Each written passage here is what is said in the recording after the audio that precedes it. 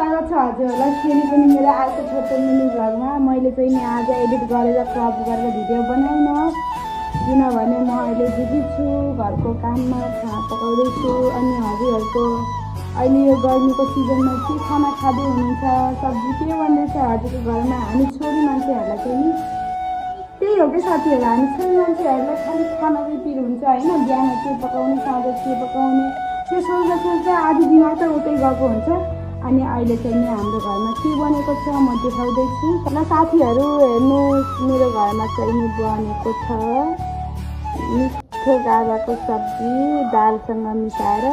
मैले बनाएको होइन, मेरो दिदीले बनाउनु भएको। अनि मलाई त आउँदैन यो बनाउन, तर खाना चाहिँ आउँछ साथीहरू। मलाई यति मनपर्छ, जति गर्मीमा भए पनि जाडोमा भए पनि होइन, यतातिर फेरि पाइन्छ कि जतिखेर पनि। अनि त्यही बनाएर खाएको, त्यही बनाएर खान्छौँ।